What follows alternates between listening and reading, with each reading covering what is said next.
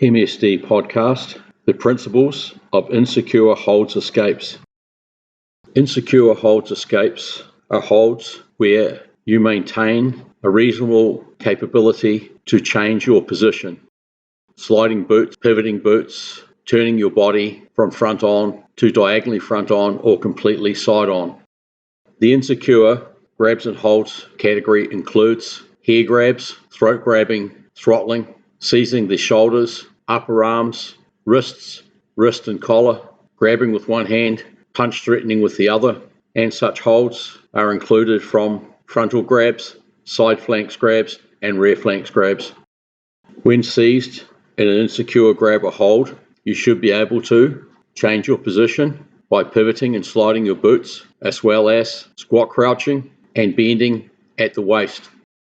Safety, self-protection, and self-preservation always come first, and this includes resisting, being pushed, pulled, lifted, moved, or manipulated, or in some situations, yielding after resisting, utilizing the enemy's force against themselves. Controlled respiration from the outset is vital to ensure you maintain physicality reserves and in the initiation and employment of all combat and counteraction skills. The principles of frontal, insecure holds or grabs, escapes and threat neutralization include initially controlled respiration, assessment decision making, resistance if required, and the setting up a primary position and status to execute your frontal, insecure holds escape. The physical principles of insecure holds escapes from the front: squat crouch, pivot and slide your boots from front on to side on, raise your closest arm to the enemy from your side body line directly up to the nape of your neck in a position where it can be used to counter any strikes from your unarmed enemy. Once in this position, you have three options available to you as part of insecure holds escapes and threat neutralization.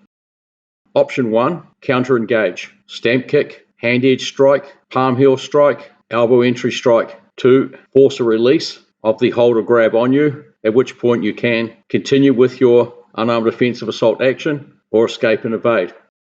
Option 2, squat crouch, pivot and slide from front on to side on, raise your closest arm to the enemy into a side hard cover guard position, break their hold of you by hand edge striking or palm heel striking the forearm below the elbow joint to cause a release, disengagement, and counter engage or escape and evade. Option 3, squat crouch, pivot and slide from front on to side on, raise your hard cover guard, and with your arm furthest from your enemy and free, seize and secure their holding arm, pinning it to your chest and locking your elbow to your side, and then counter engage by stamp kicking or close range striking, enabling escape and evasion. If continued counter engagement is required from your side on position, a sliding swivel maneuver from side on to front on will put you in a position to set up oblique stamp kicks, palm heel strikes, bent fork finger attacks to the eyes, or other hard fingers or thumbs targeting of delicate bodily senses. If you are seized and secured and an insecure hold from a side flank, you are already side on, so simply need to squat crouch, raise your closest arm to the enemy from your body line directly to the nape of your neck into a cover guard position, and decide on your option to cause a release and either escape and evade or continue to employ unarmed threat neutralization incapacitation skills.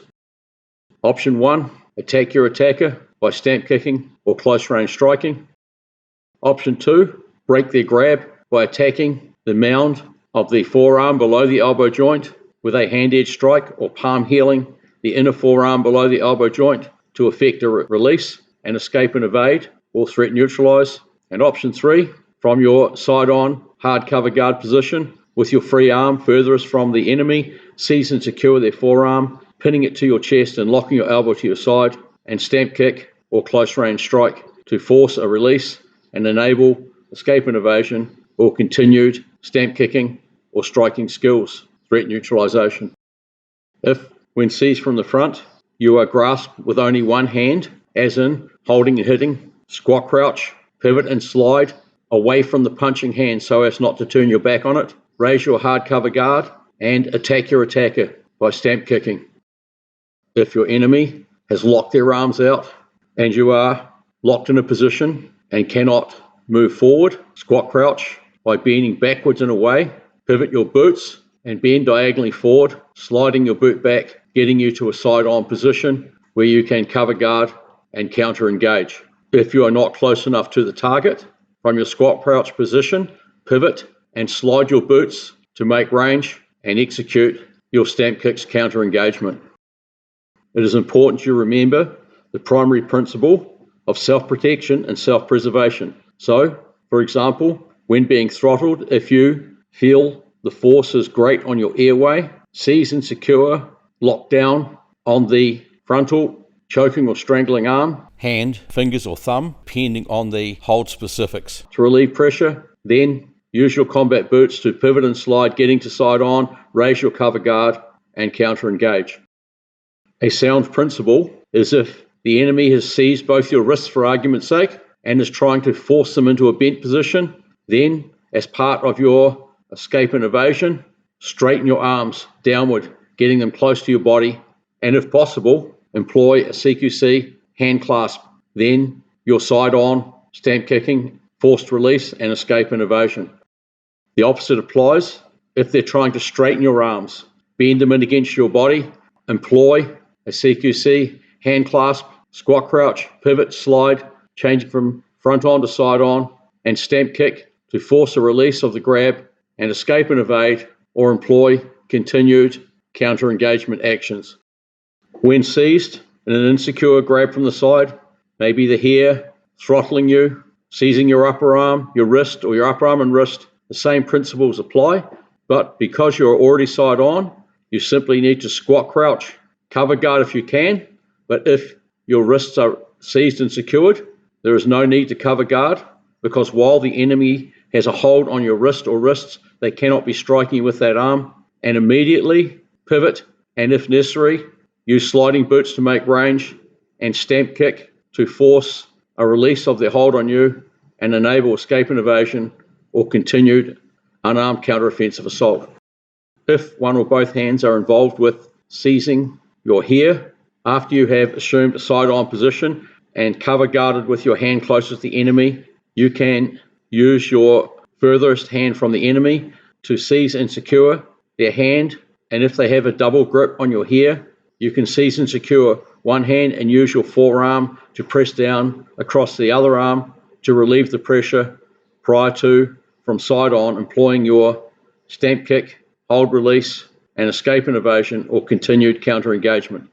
As from the front, if they seize you with one hand from the side and threaten to punch you with the other, raise your closest arm to them as part of your squat crouch into a side cover guard position, also protecting the nape of your neck with the palm of your hand, and stamp kick to force the release of the hold on you and escape and evade or continue to counter-engage. If they try from this position to strike the back of your head, your hard cover guard palm of your hand will protect the most vulnerable nape of your neck. Rear flanks seizing and securing includes the hair, double throttle of the neck from behind, double shoulder grab, seizing and securing both tricep biceps, seizing and securing both wrists, seizing and securing the back of the upper arm and the back of the neck with their other hand. The first priority is to tuck your chin inside your shoulder, pivot slightly to that side, and look diagonally from high to low over your shoulder to identify the threat. This will give you the ability to strengthen your stance by sliding boots and identify if there is in fact a single enemy per or more, and if there is a weapon involved or not. You do not want to turn your back on a weapon or on a free hand, so by this initial resistance action, by squat crouching, tucking your chin in to protect your jaw and throat, looking over your shoulder and identifying the threat realities, you can make a primary decision of counter-engagement. The principles of this primary counter-engagement decision should include pivoting and sliding of a boot or boots to get you to a side-on position where you can raise your arm closest to the enemy into a side cover guard position. This hard boots sliding action may include sliding one boot diagonally forward and sliding the other boot diagonally backwards to set your side-on cover guard position.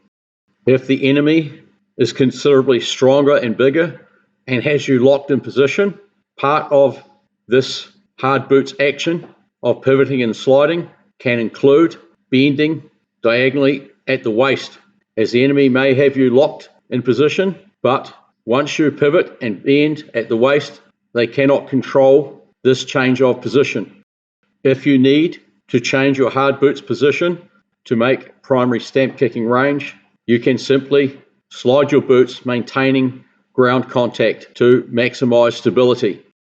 With CQC stamp kicks, you can never be too close to the target, and boot to boot contact with the enemy leading boot is a good position to be in, and you can easily pivot away from them and bend at the waist diagonally away from them to set up your required range to get maximum velocity from your stamp kick. There are a lot of contingencies that can be required for changes in threat or situation, including in relation to terrain. However, the previous has outlined the primary principles of insecure holds escapes from your front, sides, or rear by means of a single principle-based tradecraft training mill CQC method of forcing a release of the hold or grip and providing primary practice setups of escape and evasion or enemy threat neutralization. This file has been on CQC basic insecure holds escapes, not on military-specific role and duty holds escapes, which are often effected by armed means.